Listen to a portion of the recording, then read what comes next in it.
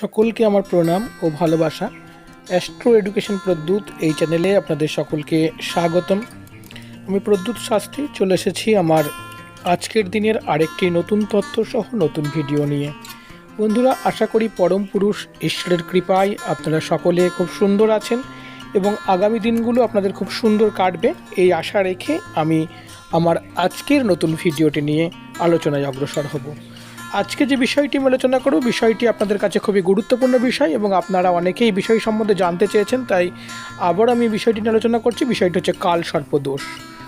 বর্তমান জ্যোতিষশাস্ত্রে সর্বজন আলোচিত, সর্বজন ভীত এবং সর্বজন বলতে পারেন যে চর্চিত একটি বিষয় হচ্ছে কাল সর্পদোষ। এই কাল সর্পদোষ কেন হয়, কিভাবে হয়, আদৌ কাল সর্পদোষ আছে কিনা এবং কাল সর্পদোষ হলে আপনি কি করবেন, তার জন্য যাগযজ্ঞ করবেন না প্রতিকার বিনা খরচায় প্রতিকার করবেন, তার জন্য আপনাকে প্রথম থেকে অবশ্যই শেষ পর্যন্ত আজকের ভিডিওটি একটু স্কিপ না করে অবশ্যই মনোযোগ সহকারে দেখতে হবে। শুরু করছি আপনাদের জানার আগ্রহের সবথেকে গুরুত্বপূর্ণ বিষয়টি। প্রথমেই বলবো যে কাল সর্প দোষ কীভাবে জ্যোতিষশাস্ত্রীরা বিচার করে থাকেন বা জ্যোতিষশাস্ত্রে কীভাবে বিচার করে হয়।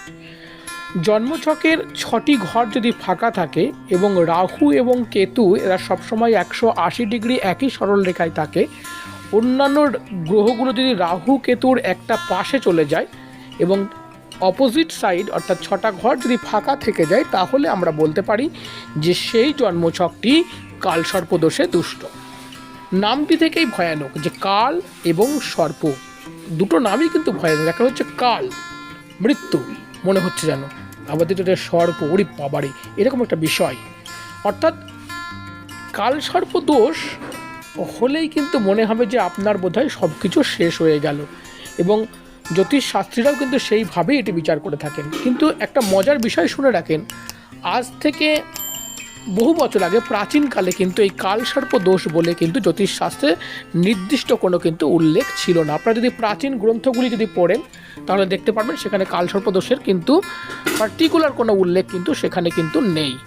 এবং সেখানে আরও কিন্তু বলা রয়েছে যে এই কালসর্প দোষের যে নামটি আমি এখন এই বিগত 20-30 বছর ধরে এবং বর্তমানে যেটা খুব বেশি আলোচিত হচ্ছে, এই নামটির উল্লেখই আপনি কোনো বইতে পাবেন না, প্রাচীনকালে যে বইগুলির কথা বলছি।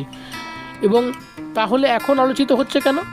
কেননা দেখুন, জ্যোতিষশাস্ত্রটা আপনারা জানেন যে আমি যে ভিডিওগুলো করি, এই ভিডিওগুলোর মাধ্যমে আপনাদের কাছে সঠিক তথ্য পরিবেশন করার চেষ্টা করি। এবং জ্যোতিষশাস্ত্রটা কি হয়, একটা খুব মূল্যবান একটা শাস্ত্র আপনার জীবনের জন্য, আপনার চলার পথকে মসৃণ করার জন্য। কিন্তু এই শাস্ত্রের বিকৃতি ঘটে যায় যখন এই শাস্ত্রের অপব্যবহার করা হয়। তার জন্য সঠিক তথ্য পাওয়ার জন্য ভিডিওগুলিকে আপনাদের সাবস্ক্রাইব করতে হবে এবং আপনার প্রিয়জনকে সঠিক তথ্য দেওয়ার জন্য এই ভিডিওগুলিকে অবশ্যই শেয়ার করতে হবে এবং লাইক করতে হবে এবং কমেন্ট করতে হবে যে আপনারা কী ধরনের ভিডিও হলে আপনাদের সুবিধা হয়।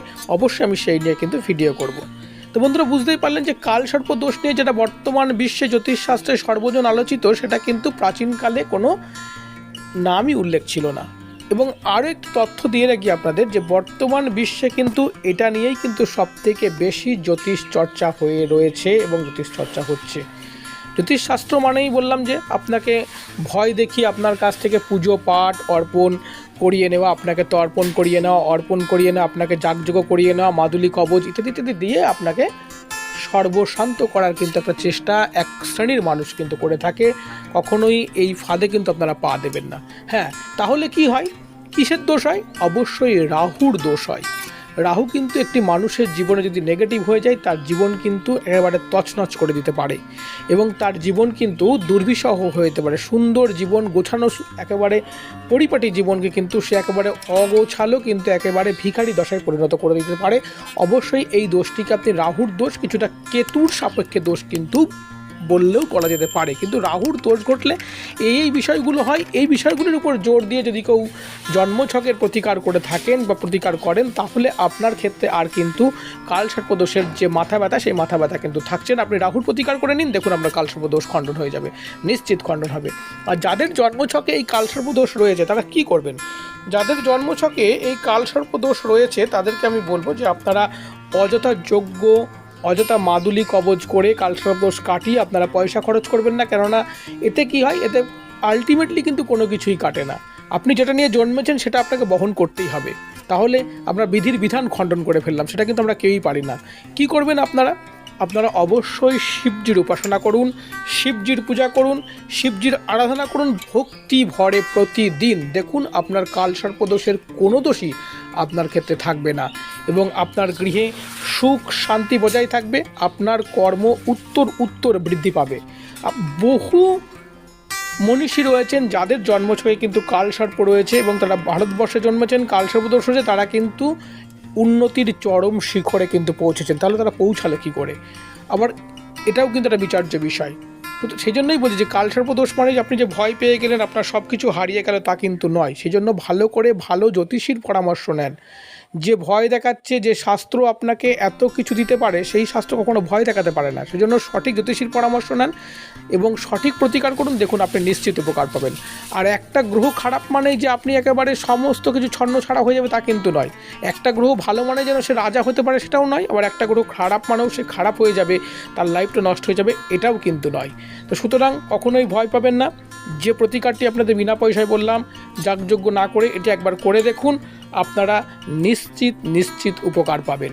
তাহলে আজকের ভিডিওতে আমি বিস্তারিত আলোচনা করলাম যে কালসর্পদোষ কীভাবে হয়, কালসর্পদোষ আদৌ ছিল কি না, এখন কীভাবে আলোচিত হচ্ছে, আপনাকে কীভাবে ভয় দেখানো হচ্ছে এবং এখান থেকে আপনি কীভাবে বেরিয়ে আসতে পারবেন, তার সম্পূর্ণ আলোচনা কিন্তু আজকের ভিডিওতে আমি করলাম।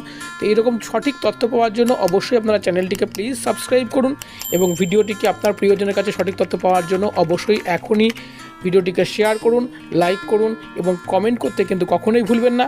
আমি আবারও আপনাদের মাঝে এরকম জ্যোতিষ তথ্যের সঠিক তথ্য নিয়ে কিন্তু আবারও আপনাদের সামনে আসব এবং নতুন কোনো ভিডিওতে আমি আলোচনা করে দেখাবো যে কীভাবে জ্যোতিষশাস্ত্র যদি সঠিক পরিবেশন করা যায় তাহলে একটি মানুষের জীবন সুন্দর থেকে সুন্দরতর হতে পারে। তার সম্পূর্ণ বিচার, সম্পূর্ণ আলোচনা কিন্তু আপনাদের সামনে আবার আমি তুলে ধরব। আজকের ভিডিওতে আমি আর বেশি কিছু লম্বা করছি না। যদি আপনাদের কালসর্প নিয়ে কোনো ভীতি থাকে, কোনো ভয় থাকে, অবশ্যই আমাকে কমেন্ট করবেন। অবশ্যই আপনার জন্ম তারিখ, ডেট অফ বার্থ দিয়ে ফোন করতে পারেন। আমি নিশ্চিত আপনার ফোনের উত্তর দেব এবং আপনার কাছে সঠিক তথ্য পরিবেশন করার অবশ্যই চেষ্টা করব। বন্ধুরা, আজকের ভিডিওতে আমি এখানেই বিদায় নিচ্ছি। আপনারা প্রত্যেকে ভালো থাকবেন এবং সকলে সুস্থ থাকবেন এই বলে আমি আপনাদের কাছে আবার কোনো নতুন কোনো ভিডিও নিয়ে সকলকে অসংখ্য ধন্যবাদ।